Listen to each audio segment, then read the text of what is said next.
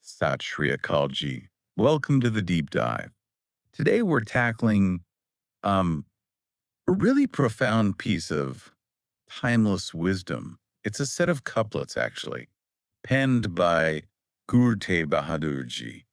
They offer this, remarkably simple and actionable advice for keeping that mental and spiritual clarity no matter your age, really, adolescence right through to old age. That's right.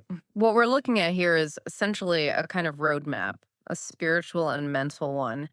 And it focuses almost entirely on that crucial link between our actions, what we do, the state of our senses, and ultimately our inner peace. The mission, I guess, is to really get the powerful simplicity behind cultivating these divine virtues every single day. Okay, let's unpack this then. The core of this wisdom, you're saying it centers on three key practices, three actions. What are they? Yes, exactly. The wisdom points to this like cycle of three actions. They're all needed for spiritual vitality.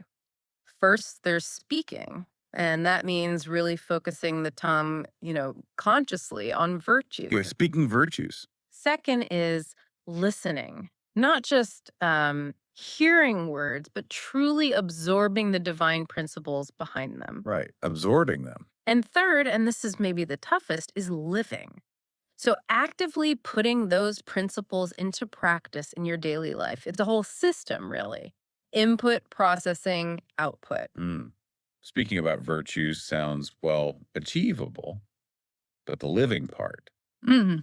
especially when we're constantly bombarded, right? News cycles, social pressures, comparing ourselves, criticizing. Yeah. It seems almost impossible sometimes. So, what's the promise here? What's the immediate return the couplets mention for making this rigorous effort?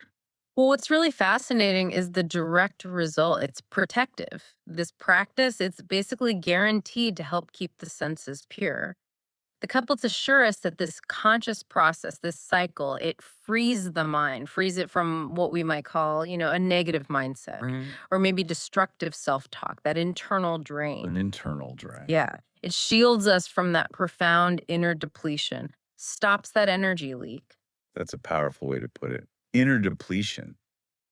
Are we talking about like the mental fatigue from focusing too much on materialism or maybe envy? Or is it something else? Precisely that kind of thing. The couplets identify those destructive habits, things like ego, attachment, constantly dwelling on what others are doing wrong. That's the source of the drain. Think about it. If your tongue is consciously focused on speaking virtues, maybe kindness or patience, you simply don't have the mental space, the bandwidth left for gossip or that habitual criticism, right? Oh, okay. So the actions themselves purify by sort of starving the negativity. Exactly. You're redirecting the energy. The three actions work together to purify the senses by basically cutting off the supply line to those negative impulses. Hearing the original language, like in the recitation we're listening to now by AP Singh from Sikh Dharamsal, Mm. it really makes the message hit harder, doesn't it? You can just feel how vibrant and powerful it sounds in those original words. It's quite something. It truly is. The resonance is undeniable. ਜਿਹਬਾ ਗੁਣ ਗੋਬਿੰਦ ਭਜੋ ਕਰਨ ਸੁਨੋ ਹਰ ਨਾਮ ਕਹੋ ਨਾਨਕ ਸੁਨ ਰੇ ਮਨਾ ਪਰਹਿ ਨ ਜਮ ਕੈ ਧਾਮ. So let's bring this down to earth a bit. What does all this mean for someone just navigating the stress of everyday life? Whether it's a student facing exam pressure or someone dealing with career demands or maybe anxieties about health or getting older. That's a really important question because the benefit here is universal. It applies to everyone. Because the common factor in all that human stress is the internal chatter, the mental noise. Right. That constant voice in the head. Exactly. So whether you're that student dealing with, say, final exams and the pressure of social media comparison, or maybe an older person navigating loneliness or health worries, The core practice works the same way. It's about replacing that intense mental noise with intentional focus. So instead of letting your mind just spin on fear or worry, you consciously actively choose to focus on virtues like compassion or gratitude or contentment.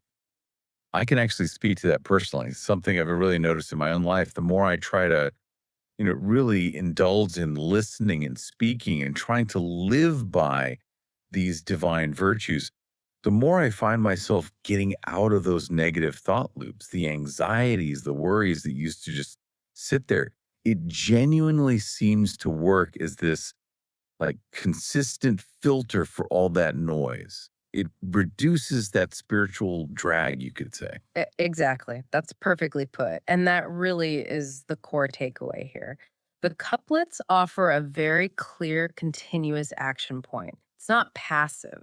If you want to eliminate that heavy internal baggage, that negative mindset, and keep your spiritual energy kind of protected, then you must consciously and continuously channel your energy, your focus into embodying these divine virtues in your actual daily life. It's an active choice, like steering a ship away from the rocks of those destructive habits. Wow. That's a really compelling way to end this quick deep dive. Very relevant. So, if this practice really is the key, to purifying the senses and getting rid of those self-destructive thoughts, then maybe the question for you, the listener, is this. What's the first negative habit, maybe the first thing you tend to say or listen to or think each day that you're going to consciously try to replace with a virtue starting today? Just one thing. And before we go, don't forget to like, share, and subscribe if you found this helpful. Please share this with your family and friends too, so not only you, but they too can learn and grow together on this path. Sat Shri Akal Ji.